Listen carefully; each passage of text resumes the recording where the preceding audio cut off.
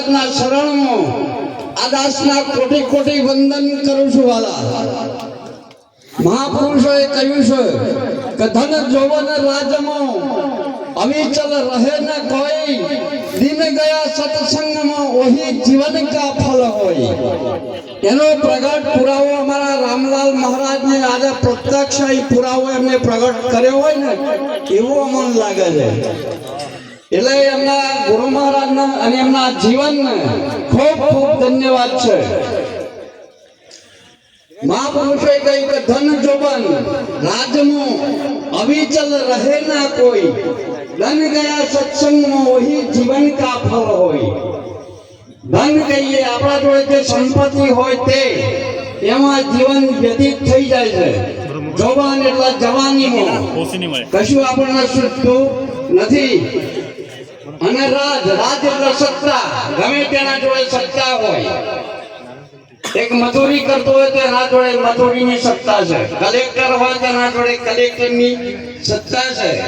આપણા મોદી સાહેબ જોડે એમના ભારતના નેતા વડાપ્રધાનની એમને સત્તા છે।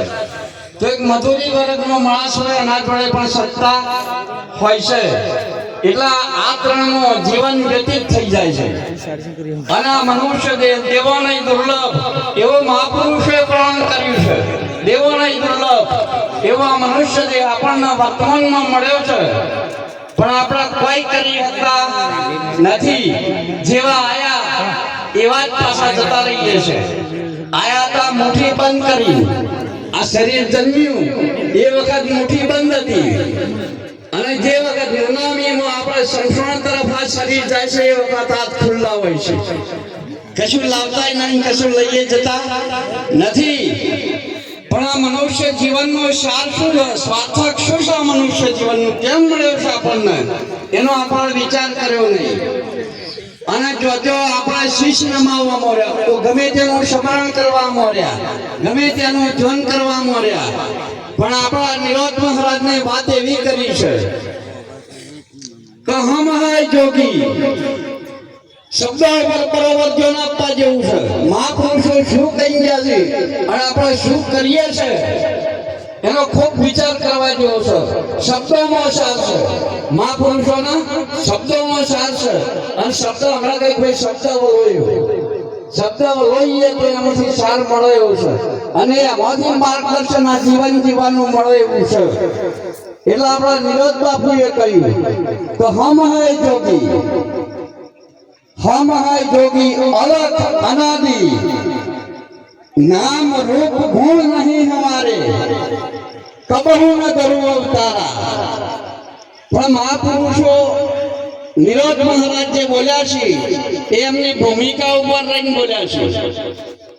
એ જાતિ જોગી નતા, એમને જટા નથી, ભગવો પહેરેલો નતો, હાથમાં દંડો હતો નહીં, એમના તો પત્નીઓ હતી, બે માતાજી, બે પત્નીઓ હતી નિરોધ મહારાજને, અને 12 છોકરો હતો। પણ એ વાત એવી કરીને વિચાર કરવા જેવું છે। હમ હૈ જોગી અલખ અનાદિ, હું કેવો છું અલખ અને અનાદિ છું। આ નોમના આકાર વાળું જગત નાદી કહેવાય, અને નોમના આકાર વાળા જગત ને તમે ગણો છો એ અનાદિ છો। અને પ્રગટપણે આ પોતપોતાના શરીરમાં અત્યારે આધાર છે। એટલે કબીર સાહેબ ને કહ્યું કે કસ્તુરી કુંડલ બસે મૃગ ઢૂંઢે વનમાય, એસે ઘટ ઘટ રામાય દુનિયા દેખત નહીં। આપણને અંધાપો આવ્યો છે, આપણા મહાપુરુષોના જોડે અનુભવની વખ ફૂલાઈ નથી, એટલા ઉજતો નથી, આપણને અંધાપો આવ્યો છે। કસ્તુરી કુંડલ બસે મૃગ ઢૂંઢે વનમાય, એસે ઘટ ઘટ રામાય દુનિયા દેખત નહીં। 500 દાગીના લઈ અને હોનીના ઘેર આપણે જઈએ તો હોનીની દ્રષ્ટિમાં નામના આકારવાળા દાગીના હોતા નથી, એના તો માત્ર એક હોના ઉપર મીટ હોય। નામના આકારવાળા દાગીના તો એને મિથ્યા લાગે છે। સરવાળે એક કટોરીમાં નાખીને બધા દાગીના ઓગાળી નાખે, અને એક દાગીનાની આપણે 1 તોલાની 12,000 રૂપિયા કિંમત આપીને ગળાઈએ છે। આપણે ગળાઈએ છે અને હોનીના જોડે જાય એટલે નામના આકારવાળા દાગીનાની અને કશું કિંમત છે નહીં. એટલે મહાપુરુષે કેવી વાત કરી છે, હમ હૈ જોગી, એમની સ્થિતિમાં રહીને બોલ્યા છે, આ દેહના બાદ કરીને બોલ્યા છે, સ્વરૂપ સ્થિતિમાં રહીને બોલ્યા છે, આત્માની વાત કરી છે. આત્મા સદાયનો જોગી છે, હમ હૈ જોગી. અલગ હું લખવામાં આવ્યો નથી, હું અલગ છું, હું શબ્દાતીત છું, 52 બાર છું, પરાની પાર છું. નામ રૂપ ગુણ નહીં હમારે, કબહુ ન ધરું અવતારા. જન્મ તો આ શરીરનો થાય, આત્માનો જન્મ થાય. આત્મા તો અનાદિ છે અને અનંત છે અને પરાની પાર છે અને 52ની બાર. આપણે 52 શબ્દોમાં ગુંચાયા છીએ. કાલિદાસ મહારાજે કહ્યું, હરે શબ્દ જંગલમાં ભટકી ગયા તો, શબ્દ જંગલમાં ભટકી ગયા તો, શબ્દ જંગલમાં ભટકી ગયા તો, શબ્દ જંગલમાં ભટકી ગયા તો,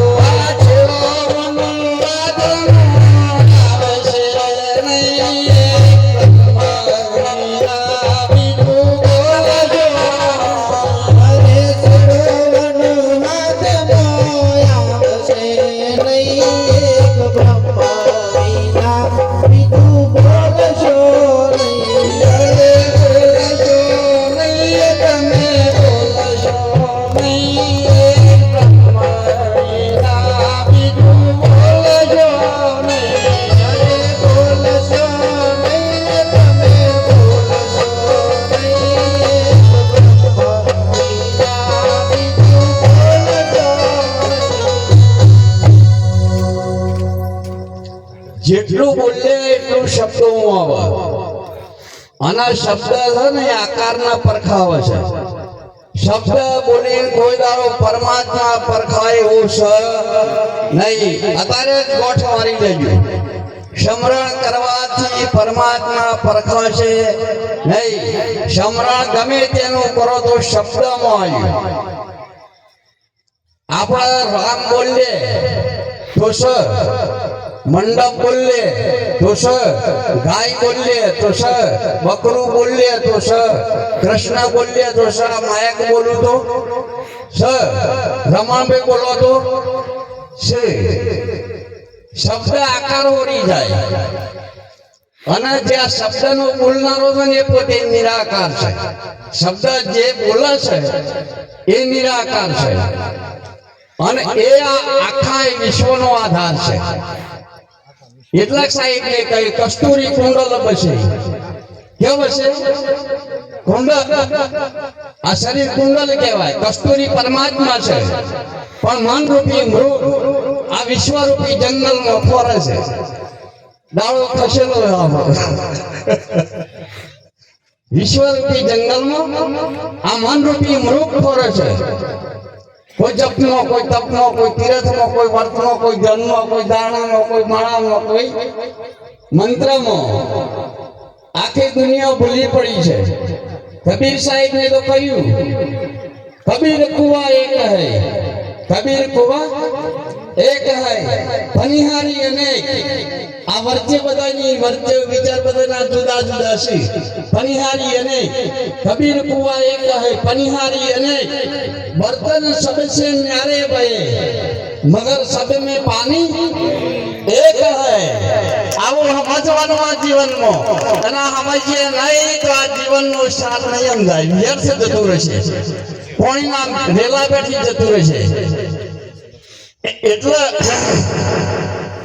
આ જીવનમાં સદગુરુના શરણ સિવાય આ વાત સમજાય એવી નથી. આપણને રોગ થયો હોય તો ડોક્ટર જોડે જવું પડે, અને વેમ આવ્યું હોય તો ભૂવા જોડે જવું પડે, અને સત્યના જાણવું હોય તો સદગુરુનું શરણ સ્વીકારી લેજો. બાકી બીજો કશો ઉપાય છે નહીં. પરમાત્મા એક છે, કબીર કુવા એક. કુવો એટલે શું? સમજવાનું બોલ્યા તો ખરા, પણ નહીં સમજ્યા તો હરી મજા નહીં આવે. કબીર કુવા એક હોય. આ વિશ્વ કુવો છે. આ વિશ્વ શું છે? કુવો. કબીર કુવા એક હોય. પનિહારી અને બધાની વર્તી અને વિચારો જુદા જુદા છે. અનેક પનિહારીઓ છે કબીર સાહેબ ને કહી.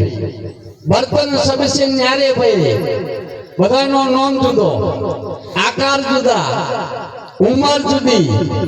બર્તન સબસે, બર્તન એટલે ગાંઠ. ગાંઠ કોઈના જોડે માટલી હોય, કોઈના જોડે ગળો હોય, કોઈના જોડે ડોલ હોય, કોઈના જોડે ડેગડો હોય, કોઈના જોડે લોટો હોય. આ બર્તન કહેવાય, ગાંઠ, પાત્ર. બર્તન સબસે ન્યારે ભાઈ, બધી પણ યારે મેં પાહવ્યો છું કુવામાં.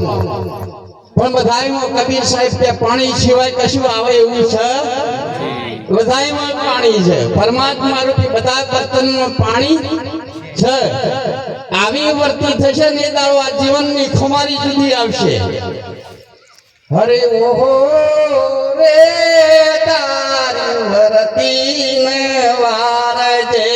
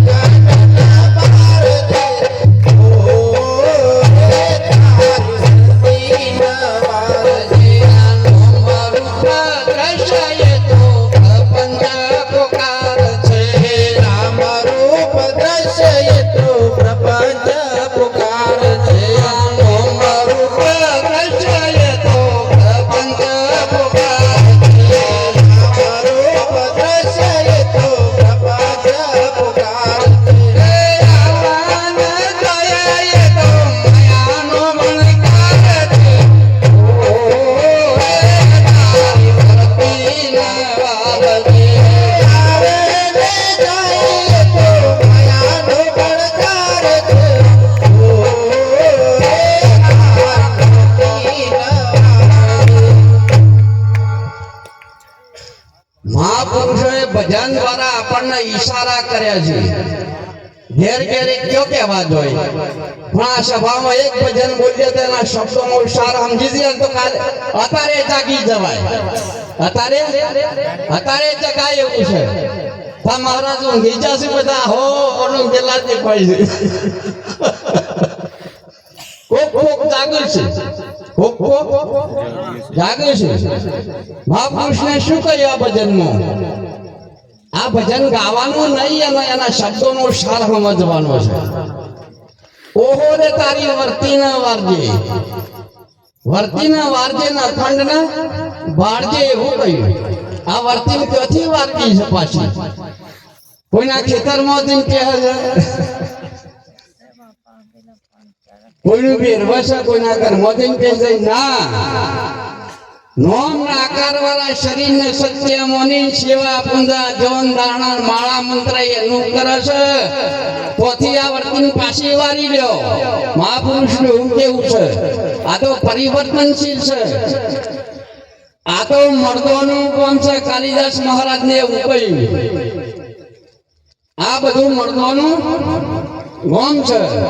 આજથી 100 વર્ષ પહેલા આ ગામમાં માણસો હસી ને અત્યારે જોવા તો કોઈ નહીં હોય. 100 વર્ષનું કોઈ હોય નહીં. અને અત્યારે વર્તમાનમાં 1000 માણસ બેઠી છે. 50 વર્ષ પછી આવીને જોશો તો મોનું એ કહે છે નહીં. આવા ને જાય તો માયાનો પણ કાર છે. ઓહો રે તારી વર્તીને વારજે, વર્તીને વારજે ને અખંડ ના વારજે. અખંડ શું છે? આ તમારા પોત તત્વના શરીરમાં બોલો છે ને એ પરમાત્મા છે. એ અખંડ છે, અમર છે, અવિનાશી છે, નિત્ય છે, નિરાધાર છે. નિરાધાર છે. જેમ આકાશ આખા વિશ્વમાં વ્યાપક છે. અહીંથી આપણે વિદેશમાં જઈએ તો એ આવું યાદ આકાશ છે, અને આપણા આ રાજસ્થાનમાં આવું યાદ છે, અમારા ગુજરાતમાં આવું યાદ આકાશ. એમ પરમાત્મા આકાશ જેવો વિશાળ અને આખું વિશ્વ આકાશના અંડળમાં છે. રાજસ્થાન આકાશમાં, ગુજરાત આકાશમાં, આપણો ભારત દેશ આકાશમાં, વિદેશે આકાશમાં, આકાશના અંડરમાં છે આખું વિશ્વ. એમ સારું નોમ આકાર વાળું જગત પરમાત્માની સત્તામાં છે. જો પરમાત્મા આત્મા આ શરીરમાંથી સત્તા છોડી દે તો આ રમણભાઈ નું 12 ને 12 થાય.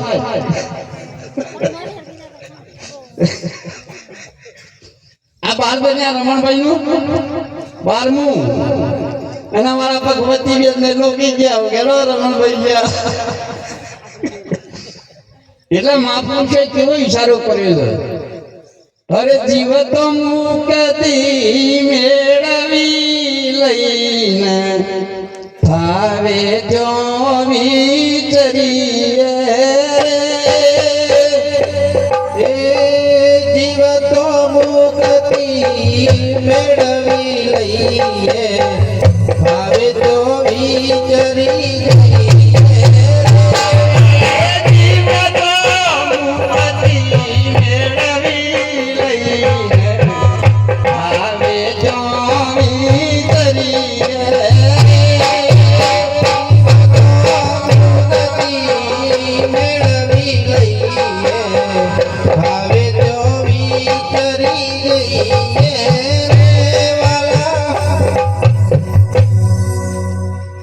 બધા પંડિતો વિદ્વાનો એવું મર્યા પછી મુક્તિ મળે. મર્યા પછી તો મઠવાણા ગવાશે. મર્યા પછી તો અગ્નિ છોટી પડશે. આ શરીર રાખ થઈ જશે, રાખ થઈ જશે, રાખ થઈ જવાની. એટલે મહાપુરુષે કઈ જીવતા મુક્તિ મેળવી લ્યો. મુક્ત તો સોજ, મુક્ત તો સોજ. પણ એવું આ મહાપુરુષોના શરણે જઈને જોડી લેવાનું છે. મુક્ત તો તમારું સ્વરૂપ છે જ, કશાયથી બંધાય એવું છે. આકાશને માપવું હોય તો આપણા જોડે સાધન નહીં. આકાશને માપવા જોડે આપણા જોડે શું સાધન છે? ઘરે માપ માપથી મપાય નહીં,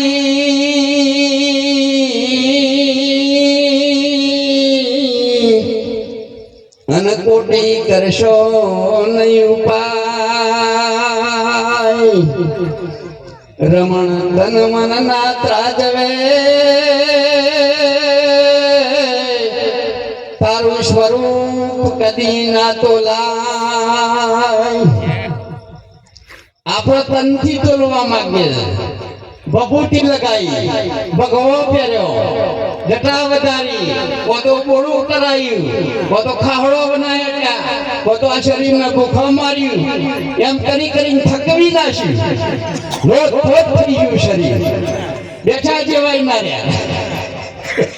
અમારા શાંતિરામ મહારાજ જો કે ખુમારી જુદી લે, બ્રહ્મ ખુમારી કહેવાય. ઓરે સંત કોઈ નબોળ બાયલા ના હોય. સંતને તો અમાર પરમાત્માનો ચૂડો કર્યો હોય, એનો રંડાવાનો ભય હોય નહીં. એટલે જીવતા મુક્તિ મેળવી લેવાની. મર્યા પછી તો મસોણે જવાય છે. મુક્ત સહજ. એક પ્રજાપતિ હતા કુંભાર, એના જોડે પોચ ગધેડો. પોચ આ દ્રષ્ટાંત સિદ્ધાંત માટે કહું છું. દ્રષ્ટાંત સિદ્ધાંત ને સમજવા મુક્ત કઈ રીતે છે. પ્રજાપતિ હતા, એના જોડે પોચ ગધેડો. તે હોજે મજૂરી થી આવી અને પછી એના બોધતો તો પગે કોટમ બોધે ને કથાળાન તો તે બોધતા બોધતા દોરી ખૂટી. 4 બોધ્યો, એક બોધવાનો તો દોરી ખૂટી. એને બોધ્યું નહીં, પણ ખાલી જોડે ઉભું રાખ્યું અને ગધેડું મનથી બંધાઈ જાય. કાયમનો નિયમ હતો ને બોધવાનો, તે મનથી બંધાઈ જાય. હું બોધેલું જ છું. પછી સવારે કોમે જવાનું થયું એટલે પ્રજાપતિએ 4 ગજ છોડ્યો. 4 બોધ્યો તો છોડ્યો, પણ નતું બોધી અને ક્યાં છોડવાનું હતું? એટલે પેલું હેડ્યું નહીં, નતું બોધી હેડ્યું નહીં. અને જે બોધેલો તો છોડે છલાંગ મારીને જતો રહ્યો. પેલું નતું બોધી હેડ્યું નહીં. તે પ્રજાપતિ 2-4 દંડા માર્યા ગધેડા. અને અમારા શાંતિરામ મહારાજ જેવા તો થઈ નીકળ્યા. અરે આ મૂળો કુંભાર જેવું આ નિર્દોષ પ્રાણી તારા શું કરવા મારે? એના ઉપર કમાઈ ખાવાનું. અરે મહારાજ તમારે ના ગમ પડે. આ કુંભાર એવું બોલે. મહારાજ કે તમને ગમ પડે નહીં. અરે વાત તો કર છું, આ વાત શું બની? અરે મહારાજ 4 બોધ્યો તો એમને છોડ્યો, અને રાતી બોધ્યું નહીં તારા છોડવાનું કયો? અરે ભાઈ પ્રજાપતિ મનથી બંધાયું છે, એ મનથી બંધાયું છે. તું એની ખારીમાં હાથ અડાડ, ખારીમાં હાથ અડાડ, ઈશારો કર. ઈશારો કરી પ્રજાપતિએ કરે છલાંગ મારી હેડી. અરે ઓહો રે જીવો મનથી બંધોય છે. ઓહો રે જીવો મનથી બંધાય છે. ઓહો રે જીવો મનથી બંધોય છે. ઓહો રે જીવો મનથી બંધાય છે. મનથી બંધાય જીવો મનથી છૂટી જાય છે.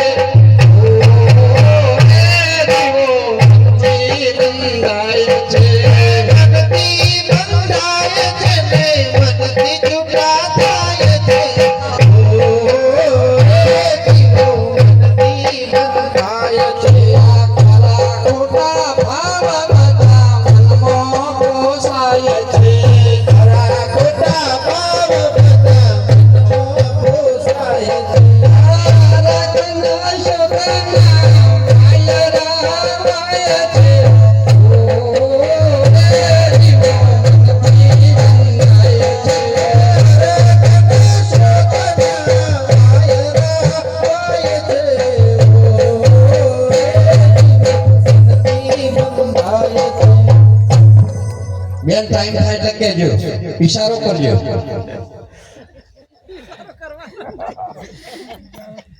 હવે ઓહો રે જીવો મનથી બંધાય છે અને મનથી છૂટા થાય. ગધાડાને બોધ્યું નતું, પણ પેલા આ ખારીમાં હાથ અડાડ્યો એટલે મનથી છૂટ્યું. મનથી બોધ્યું નતું, છોડવાનું નતું, બંધાયું મનથી. અને છૂટ્યું ઈશારાની જરૂર છે. આવા મહાપુરુષોના મનરૂપી ગધાડાની ઈશારાની જરૂર છે.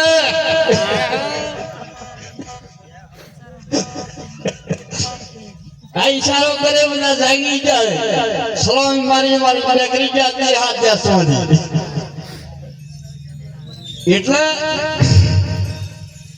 આવું ભજન હતું અમારા રામલાલ મહારાજ ને જે આયોજન કર્યું આજ્ઞાનું, એવું આયોજન હતું ભજનનું.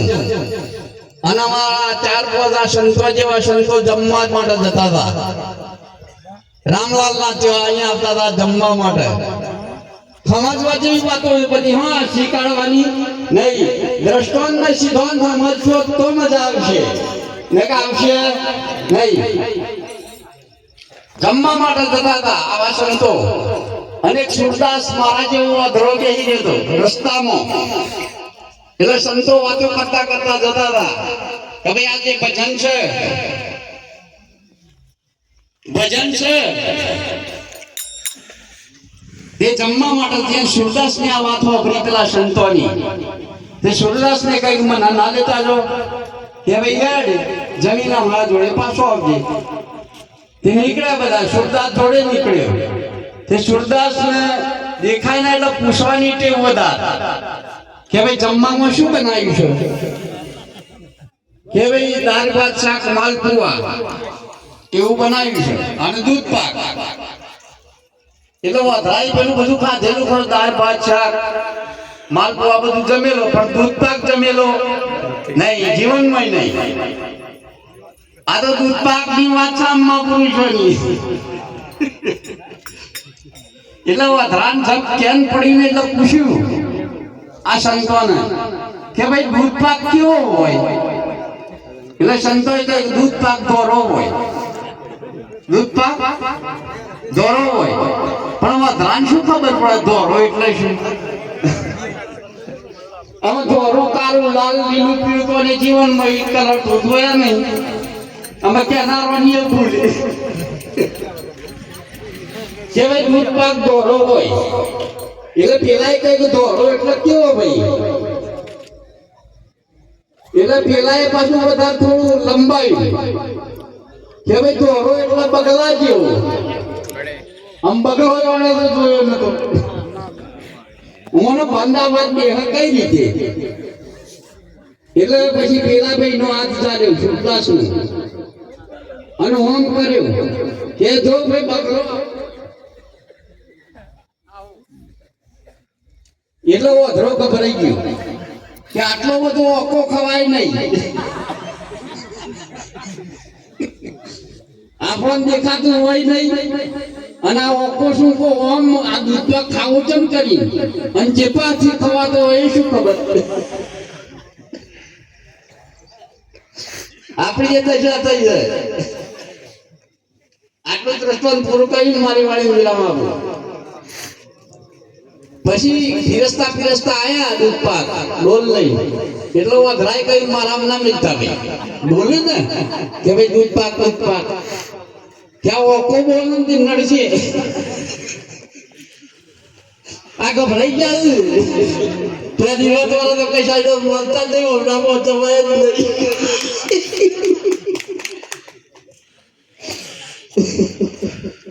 ઓકો છે બોમ ના મિલતા પણ જતા જતા ટેપું પડી ગયું ડીશમાં થાળીમાં. એટલે વધરાયો માથ ભર્યો એટલે પેલો જ દૂધ પાકમાં ઓગરી આવી. ઓગરી ચોટ્યો દૂધ પાક અને જીપ ઉપર અડાડ્યો વધરાય. અરે ભાઈ આ શું છે? બાજુ વાળા પૂછ્યું કે દૂધ પાક. અરે આ તો કોઈ નો સ્વાદ બહુ અતિ સ્વાદ છે ભાઈ. પાછો લાવો કે પતી ગયો. બોલો સદગુરુ મહારાજ નો જય. આજ કે આનંદ નો જય. बोले सतगुरु महाराज की सब संतों की